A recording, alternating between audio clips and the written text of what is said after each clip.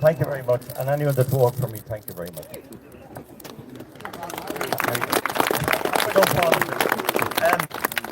I'm from Kingscourt, born on a farm, and I worked in various jobs.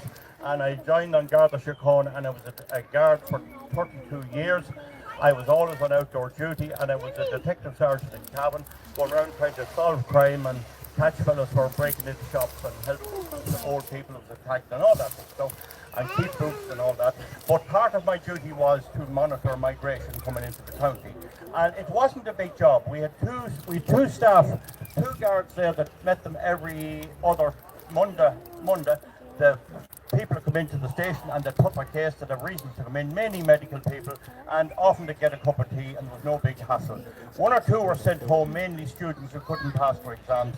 There is no problem monitoring migration. The guards would send it up to the Department of Justice. The Department of Justice would check out what the story is and evaluate the whole thing, and they were limited what came in, and everything went on grand. That's some change that happened in 2004 when all this stuff began to happen. Now remember, I also have another hat I wear about all this mad energy policy, and I fought this in the High Court for 3 days against Airgrid. And the first thing to remember is that we joined the European Union, the Single European Act. In Ireland is one of the few countries where they had to have a referendum, and it was passed.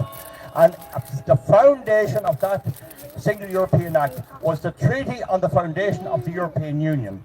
And that had the common travel area within the EU only. It had nothing about the rest of the world. The next thing was the Lisbon Treaty, and this was rejected the first time, but the second time it was passed. Now, it had nothing about bringing in people from the rest of the world. It had guarantees on environment. Unfortunately, it's rather silent on whether people can come from the rest of the world or not. There is a common travel area and a common work area within the EU. So we're kind of caught with that. That's what we agreed to in the treaties. But now we have a different situation. We have a situation where they can come here from anywhere. And what's happening is they're arriving into Southern Europe and into Germany. And according to the law, the first country they arrive in, that's where they should claim asylum. And what's happening then is our government agreed to cancel all that, throw that to the wind, and allow them come from Italy, Germany, as the EU, Ursula von der Leyen, dictated. So they can lorry them in here from anywhere in Europe to get them out of their way and put them in here. Now, our government agreed to that. They agreed to the Shen 1 agreement. They went over and they agreed to it. Now, they'll tell you, oh, it's EU law. They agreed to the law. They could have vetoed that law, but they didn't do it. So that's enough of that. I just want to let you know the basic rules of the game. One of the things that got me into this was about 15 years ago, I became aware that a Catholic woman called Asi Bibi was sentenced to death in Pakistan for what they call blasphemy. She was working picking fruit with a crowd of Muslim women, essentially, and a row developed, which can happen. But unfortunately, instead of her getting a fine or whatever she said or whoever she insulted, she got sentenced to be hanged. And she was 6 years on death row, and her children could come up to the prison and shout into her every evening to their mother that was expected to die. And the judge said, it went on, her solicitor was shot, was killed. And the people were all out wanting her hanged. It was like the crucifixion, crucify him, crucify him. And it went to eventually to a judge, a senior judge, and the senior judge realized this was not a very good looking thing. And he said, if any country will take this family, we'll get them out of here, and that'll sort that. Quite all right, I was very relieved. I tried my best to get her in here, along with Brendan Howland, funny enough, a Labour man. I'm not no fan of them, but he and a man called Patrick Manning, we wrote to everyone to try and let her come in here.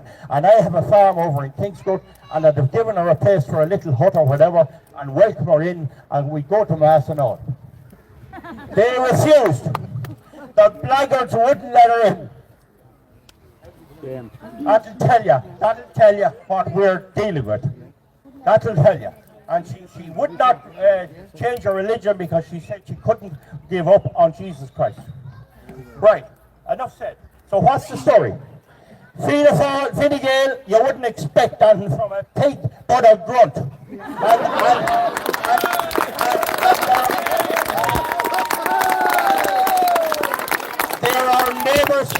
There are relations, and to hell with them. Fianna Fáil, my father told me he'd hit me with a spade if I didn't vote Fianna Fáil.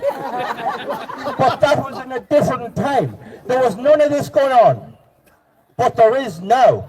And they are all for this, and those that aren't will tell you privately, I don't agree with it, but I can do nothing. And then, of course, we have people before puberty and them other idiots and the Greens and all that push this. They put notices up in Africa to bring, inviting these people in. There is no persecution over there. The French were ripping them off in many African countries, taking their gold and all. But there is one party you would have expected, an Irish nationalist party, that as a retired Garda I would have issues with. But then all of the previous parties had, even Michael Collins agreed or accepted there had to be some violence, he felt, but as soon as he could get it sorted, he kind of did. So you would expect that a nationalist party of nationalist Ireland that was against all the landlords and all the robbing of our goods and everything else, however good or bad it was, and got our freedom, you would expect that they would be the ones who would stand up for us. And that is Sinn Féin.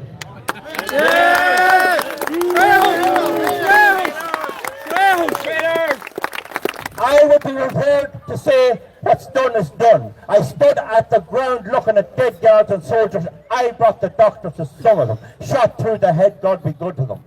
I had to go to my colleagues' funerals.